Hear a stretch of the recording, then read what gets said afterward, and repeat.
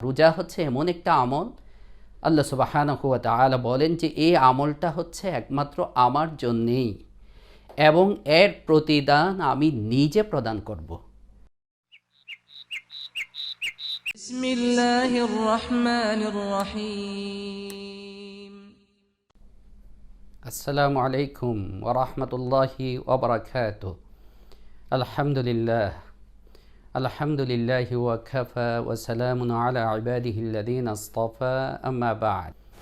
সুপ্রিয় দর্শক মণ্ডলী, আমরা সকলে জানি যে বিভিন্ন নেক আমলের বিভিন্ন সওয়াবের কথা, পুরস্কারের কথা, প্রতিদানের কথা আল্লাহ সুবহানাহু ওয়া তাআলা কুরআনে কারীমে উল্লেখ করেছেন, অথবা রাসূল করিম সাল্লাল্লাহু আলাইহি ওয়াসাল্লাম তার হাদিস শরীফে উল্লেখ করেছেন যে এক একটা নেক আমলের এক একটা সওয়াব।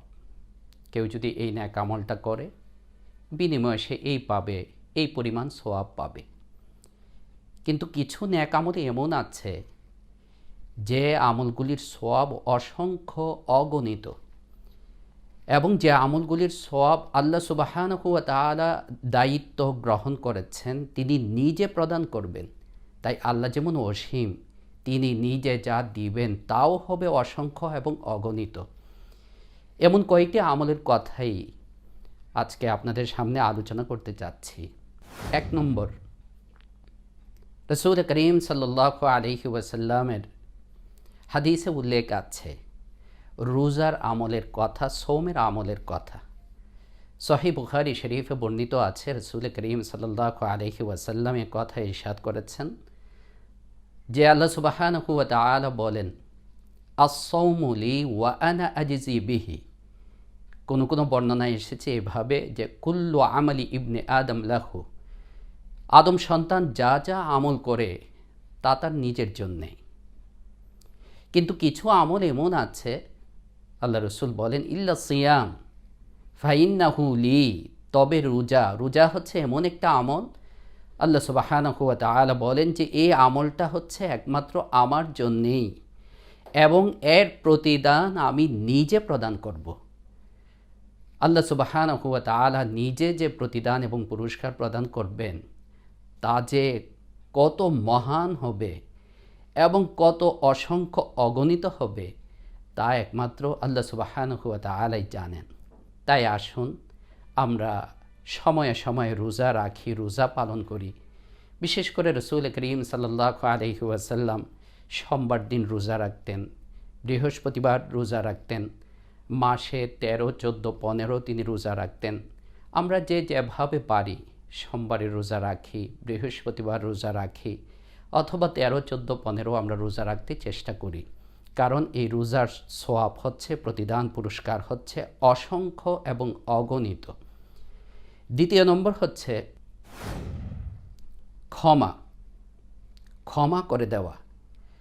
আল্লাহ সুবহানাহু ওয়া তাআলা কুরআনে কারীমে উল্লেখ করেছেন, সূরাতুশ শূরা 40 নম্বর আয়াত, 25 নম্বর পারা। আল্লাহ সুবহানাহু ওয়া তাআলা বলেন, ফামান আফা ওয়া আসলাহা ফাআজরুহু আলাল্লাহ, ফামান আফা ওয়া আসলাহা ফাআজরুহু আলাল্লাহ। যে ব্যক্তি ক্ষমা করে দেয়, ক্ষমা করতে পারে এবং নিজেকে সংশোধন করে নেয়, তার প্রতিদান এবং সওয়াব তো আল্লাহর জিম্মায়, অর্থাৎ স্বয়ং আল্লাহ সুবহানাহু ওয়া তাআলা তার পুরস্কার এবং প্রতিদান দান করবেন। তাহলে দ্বিতীয় নম্বর আমলটা হচ্ছে ক্ষমা করা, ক্ষমা করে দিতে পারা। আর তৃতীয় নম্বর হচ্ছে সবর এবং ধৈর্য। সবর এবং ধৈর্য এটাও এমন একটা আমল যে আমলের সওয়াব আল্লাহ সুবহানাহু ওয়া তাআলা অসংখ্য এবং অগণিত রেখেছেন। সূরাতুজ জুমার 10 নম্বর আয়াত, আল্লাহ সুবহানাহু ওয়া তাআলা ইরশাদ করেন, ইন্নামা ইউওয়াফাস সাবিরুনা আজরাহুম বিগাইরি হিসাব। অর্থাৎ যারা ধৈর্যশীল তাদেরকে তাদের পুরস্কার, প্রতিদান এবং সওয়াব দেওয়া হবে বিগাইরি হিসাব, হিসাব ছাড়া, অসংখ্য অগণিত। তাহলে আমরা এমন 3টা আমল শুনতে পেলাম যে 3টা আমলে আল্লাহ সুবহানাহু ওয়া তাআলা যে 3টা আমলের পুরস্কার এবং সওয়াব অসংখ্য অগণিত রেখেছেন।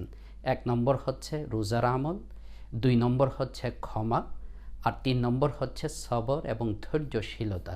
আল্লাহ সুবহানাহু ওয়া তাআলা আমাদের সকলকে তৌফিক দান করুন, আমরা যেন এই আমলগুলো করতে পারি। আমিন। ওয়া আখিরু দাওয়ানা আনিল হামদুলিল্লাহি রাব্বিল আলামিন।